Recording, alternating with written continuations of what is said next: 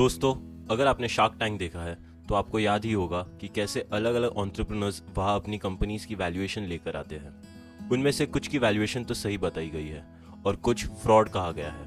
लेकिन ये वैल्यूएशन होती कैसे है? क्या कोई भी उठकर अपनी कंपनी का वैल्यूएशन 50 करोड़ बता सकता है? और क्या ये वैलिड है? दोस्तों, ये कॉन्सेप्ट हमने आर्ट्स में देखा है, जहाँ आर्टिस्ट अपने आर्ट को किसी भी वैल्यूएशन को बताकर बेच सकते हैं। लेकिन अश्नीर ग्रोवर की भाषा में कहे तो धंधा ऐसे नहीं चलता है बॉस। फाइनेंशियल वर्ल्ड में वैल्यूएशन के कुछ कायदे और कानून हैं, जिन्हें आज हम अश्वत्थ दामोदरन की book the little book of valuation के 5 लेसन्स की मदद से समझेंगे। तो चलिए वीडियो शुरू करते हैं। Lesson number 1, to valuation approach. Valuation की शुरुआत करते समय, चाहे वो शेयर मार्केट हो या रियल वर्ल्ड या फाइनेंशियल वर्ल्ड, हर जगह रिलेटिविटी ही बेस मानी जाती है।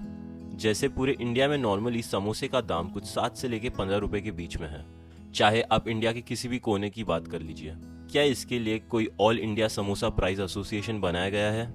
ऐसा नहीं है, लेकिन आलू तेल की कीमत एमएसपी से डिसाइड हो जाती है, और ऐसे ही समोसे की भी। यह है रिलेटिव अप्रोच वैल्यूएशन की। उसके बाद आती है इंट्रिंसिक अप्रोच, जिसमें यह देखा जाता है कि वो समोसा कहीं हल्दीराम का तो नहीं है, कहीं उसमें आलू की जगह ड्राई फ्रूट्स की क्वांटिटी ज्यादा तो नहीं है। मोटा मोटा ये समझिए कि ये अप्रोच फीचर फोकस्ड होती है, हालांकि इसका भी बेस रिलेटिव वैल्यूएशन ही माना जाता है।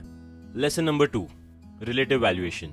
रिलेटिव वैल्यूएशन को समझने के लिए हम सरकारी बैंक्स का एग्जांपल लेते हैं। पंजाब नेशनल बैंक का शेयर, यूनियन बैंक का शेयर और इस तरह के दूसरे स्टॉक्स का भी शेयर आसपास ही रहता है। अगर ये आसपास कभी ना भी हो तब भी इनमें मेजर डिफरेंस नहीं होती, और इसलिए रिलेटिव वैल्यूएशन के अंडर आती है। इसे आप समोसे वाले एग्जाम्पल के साथ समझ सकते हैं। चाहे समोसा 7 का हो या 15 का, जब तक कुछ खास अलग ना किया जाए तब तक ये एक ही रेंज में होगी। इस पर अगर हम एसबीआई का एग्जाम्पल देखेंगे तो इसका नॉर्मल आईबीपीएस 11 से अलग रेंज में रहता है। इससे हम समझेंगे इंट्रिंसिक वैल्यूएशन में। लेकिन उसके पहले रिलेटिव वैल्यूएशन के मेन पॉइंट्स को समझते हैं। रिलेटिव वैल्यूएशन में आप अब तक ये एक बात तो समझ चुके होंगे कि किसे किससे कंपेयर करना है। आपको ये भी समझना है कि मेजरमेंट क्या होनी चाहिए। क्या 2 स्टॉक्स का एक कैटेगरी में होना उन्हें कंपेयर करने के लिए काफ़ी है? ऐसे में तो लायन, एलिफेंट और डियर्स को हम एक ही कैटेगरी में डालने चाहिए, वो है एनिमल। लेकिन डियर्स वेजिटेरियन होते हैं बट पावरफुल नहीं, लायन पावरफुल होते हैं पर वेजिटेरियन नहीं, और एलिफेंट दोनों होते हैं लेकिन शिकार ही नहीं करते। इसलिए सिर्फ एक वाइड कैटेगरी के आधार पर हम डिफ्रेंशिएट नहीं कर सकते, और इसलिए हम पीई यानी कि प्राइस टू अर्निंग रेशियो को यूज करते हैं। इसके बाद हमें स्टॉक की हिस्ट्री को भी देखना पड़ेगा। पीई को जस्टिफाई करने के लिए स्टॉक की हिस्ट्री पता होनी काफी जरूरी है। Lesson number 3, intrinsic valuation. Relative valuation में हमने बैंक्स की मदद से ये समझा कि कैसे रिलेटिव वैल्यूएशन केवल और केवल बेस ही बना सकती। इंट्रिंसिक वैल्यूएशन को समझने के लिए पहले इस बात का जवाब सोचिए कि कैसे कुछ स्टॉक्स को लेकर हम ये कह सकते हैं कि ये अगले 10 साल में आपको प्रॉफिट करके देगी। ऐसे जिन भी स्टॉक्स के बारे में कहा जाता है वो मोस्टली एक एस्टैब्लिश्ड कंपनी के होते हैं और एटलीस्ट 20 साल से ग्रो हो रहे होते हैं। आपका भी पहला शेयर कुछ ऐसी ही कंपनी होगी ना। ये कंपनी अगले 10 साल में लॉस ही नहीं कर सकती, और इसका पहला रीजन कंपनी का वर्क प्रोफाइल और दूसरा रीजन इन्वेस्टर्स का भरोसा है। जैसे अगर टाटा मोटर्स का शेयर डाउन चले जाए तो लोग तुरंत उसमें से विड्रॉ करने की बजाय इन्वेस्ट करना शुरू कर देंगे।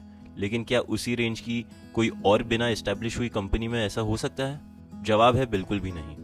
जैसे अगर टाटा मोटर्स का शेयर डाउन ट्रेंड में हो तो लोग उसमें से तुरंत विड्रॉ नहीं करेंगे, बल्कि उसमें और इन्वेस्ट करेंगे।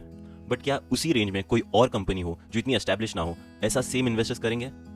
बिल्कुल भी नहीं। इस एग्जाम्पल से हम ये समझ सकते हैं कि पहली बात तो लोग रिस्क लेना नहीं चाहते, दूसरी उन्हें आज के आज ही प्रॉफिट कमाना है। जैसे मैं आपसे कहूँ कि एक स्टॉक है जो शायद आने वाले 10 सालों में बढ़िया रिटर्न दे सकती है, और एक स्टॉक है जो पिछले 20 सालों से बढ़िया रिटर्न देती आ रही है। आप आंख बंद करके उस 20 साल वाले स्टॉक में पैसे लगा देंगे। ये दोनों फैक्टर्स इंट्रिंसिक वैल्यूएशन को बनाते हैं। Lesson number 4, reality about valuations. Relative valuation और इंट्रिंसिक वैल्यूएशन से हम ये समझ सकते हैं कि कोई स्टॉक महंगा क्यों है और उसका एक्चुअल प्राइस क्या होना चाहिए। लेकिन क्या इन दोनों से सब कुछ फाइंड आउट किया जा सकता है? और क्या ये टूल्स कभी भी फेल नहीं होंगे? अगर ऑनेस्टली कहा जाए तो ये सब टूल्स तब भी वर्क करेंगे जब ट्रेडिंग रोबोट्स कर रहे हो। इंसानों के ओपिनियंस हमेशा बायस्ड होते हैं और इमोशंस पर चलते हैं। जैसे इंडियंस को रतन टाटा और आनंद महिंद्रा की पर्सनालिटी बहुत पसंद है, इसलिए उन पर वो यकीन करते हैं और उनके लॉस मेकिंग स्टॉक में भी वो अपने हाथ डाल देते हैं। हर इन्वेस्टर का कुछ ना कुछ बायस होता है, आपके भी होंगे। जैसे आपको कोई इंडस्ट्री पसंद नहीं होगी और आपको कुछ खास तरह के स्टार्टअप्स भी पसंद नहीं होंगे, भले ही वो कितने ही अच्छे रिटर्न्स ना दे रहे हो। ऐसे में वैल्यूएशंस के टूल्स काम में नहीं आएंगे और हमारे अजम्पशंस और बायस के कारण अक्सर वैल्यूएशंस में गलती होती रहेगी। इफेक्टिव पोजीशन से अगर उन वैल्यूएशन को बताया जाए तो पूरी मार्केट हिल जाएगी। जैसे कि कंपनी ABC के एडमायरर ने अज्यूम किया कि कंपनी XYZ 25% से ग्रो करने वाली है अगले 1 साल में, बट रियलिटी में उसने सिर्फ 10% ही ग्रोथ दिखाई। वो एक ऐसे पोजीशन पर है जहां वो लाखों लोगों की अजम्पशंस को इन्फ्लुएंस कर सकते हैं। ऐसे में आप अंदाजा लगा सकते हो कि ये टूल्स कितने काम के आने वाले हैं। Lesson number 5, context matters. सबसे आखिर में बात करते हैं कॉन्टेक्स्ट की।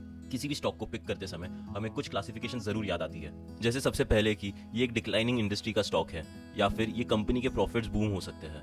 ये एक ऐसी कंपनी है जो कई सालों से टिकी हुई है और आगे कई सालों तक टिकी रहेगी। इस तरह के क्लासिफिकेशंस के बारे में हम सब सोचते हैं, तब हमारी सोच बिना किसी रीजनिंग की होती है। जैसे कोई कंपनी ग्रो कर रही है लेकिन जिस इंडस्ट्री में वो ग्रो कर रही है वो एक डिक्लाइनिंग इंडस्ट्री है, ऐसे में क्या वो कंपनी ग्रो करेगी? हमें इस तरह के सवालों के साथ अपने सुने हुए ओपिनियंस को जरूर जज करना चाहिए, ताकि हम सुनी सुनाई बातों में आकर कुछ बड़ा डिसीजन ना ले। एटलीस्ट प्रॉफिट नहीं, कम से कम लॉस तो रोक ही ले। तो दोस्तों, ये थे 5 लेसन्स जो हम अश्वत्थ दामोदरन की book the little book of valuation से सीखते हैं। वीडियो पसंद आया हो तो इसे लाइक और शेयर कीजिए और ऐसी इंटरेस्टिंग बुक समरीज को सुनने के लिए सब्सक्राइब करें मेरे चैनल को। Thank you for watching.